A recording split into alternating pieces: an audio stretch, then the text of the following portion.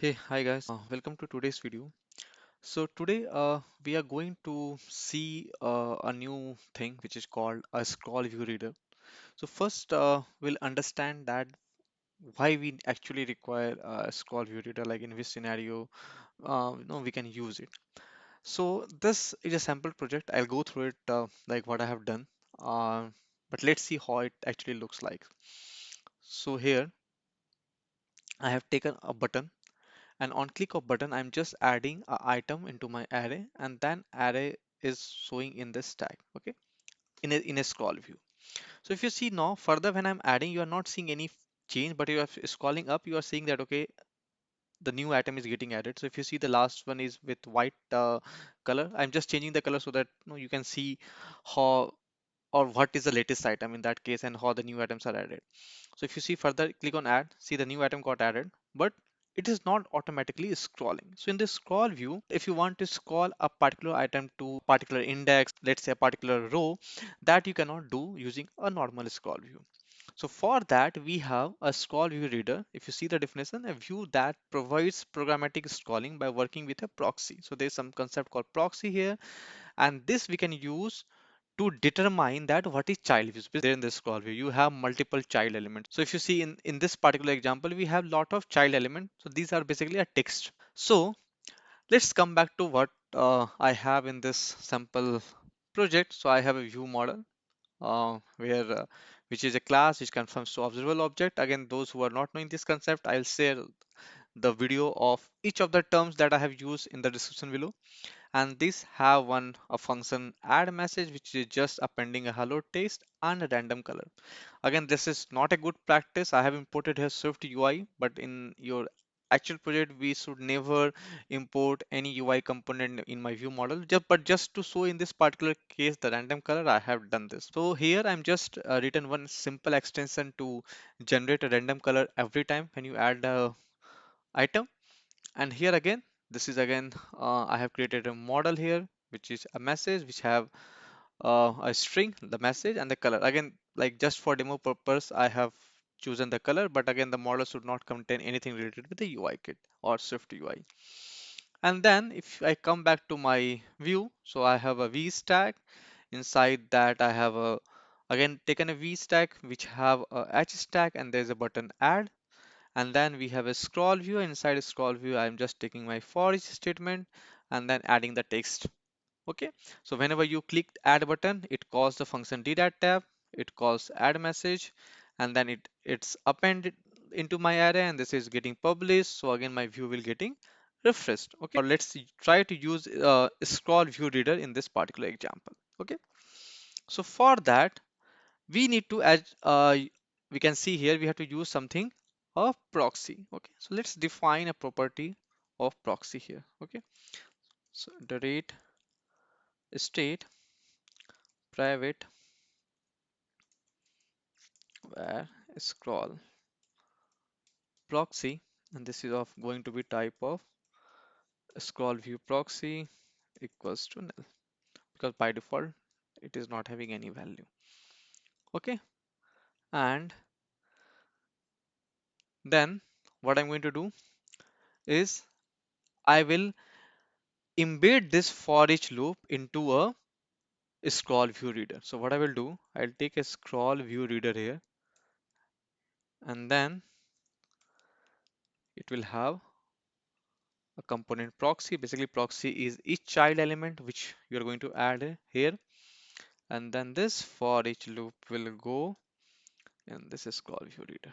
Now here I have taken a scroll proxy. So this scroll proxy should be populated with this proxy statement. So whenever a particular item or particular text is loaded, I will just include that thing into my scroll proxy variable. So here what I'm going to write is dot on appear, and whenever it appears I will just assign this proxy into my proxy so that I can access this proxy outside the scroll view. Like I'm not forcing that I'll be using this proxy only inside the scroll view. Okay, so that is the thing. Now let's run it and see if it makes any changes or not.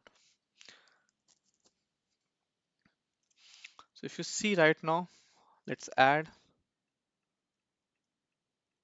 So we don't see any changes because I have defined a scroll view reader, but I'm not using the proxy. So now what we have to do, that whenever you add item, basically what is happening, your add is getting modified, and again this view is getting reloaded. So on the view, what I'm going to write is that when this view change, okay, and what we have to change, we have to see whether this view model dot message is changing. So once it change,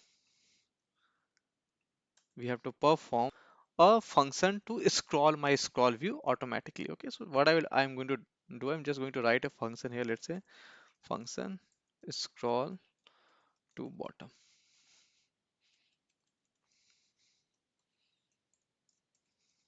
Okay, and I'm going to call this function from here. So now my function is ready. Now the next thing is that I need to scroll this. So what I have to do, I have to always make sure that when the users add a new item, that item should be visible. Like see, it should automatically scroll to the new item that is being added. So here I need to take the ID of the new item. So let ID equals to view model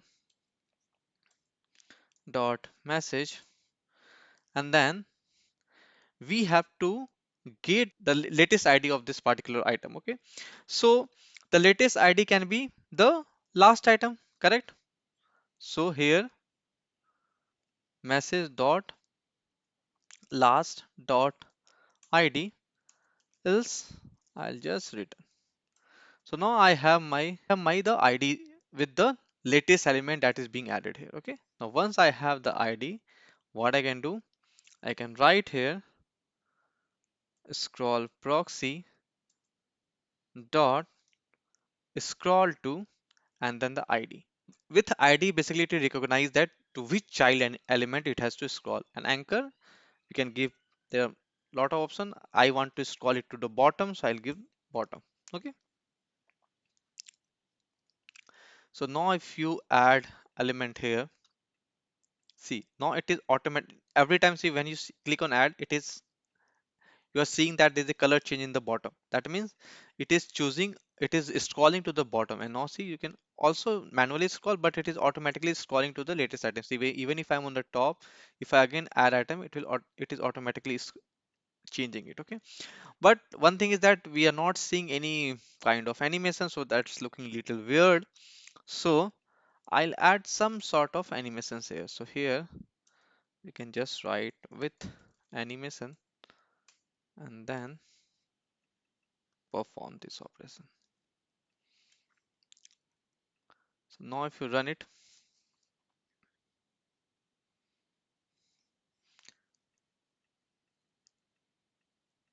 see how beautifully it is scrolling to the latest element. Even if I'm on the top and if I add a new element, it will scroll down to that particular ID.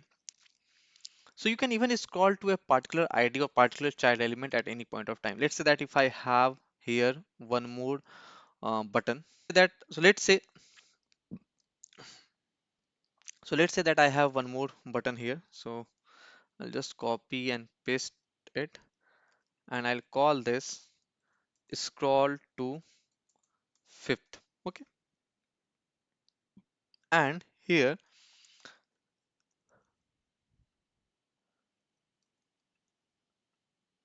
just copying and pasting this code, and what we have to do, we have to take the fifth element from my array. So instead of taking it from the last, I'll take it from the fifth. That's it. So I think now there is no use of guard statement because now we have a valid array. Okay, but yeah, for this example we have to make sure that we have the five element in the array, otherwise it will crash. So I'm just adding some elements, and see, I press scroll to fifth, just scroll up.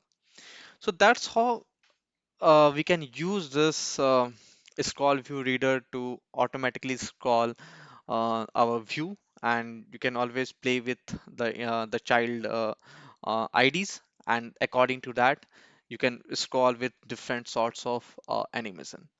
So that's all for today's video. And if you like the video, please don't forget to subscribe and do comment and share. Thanks for watching.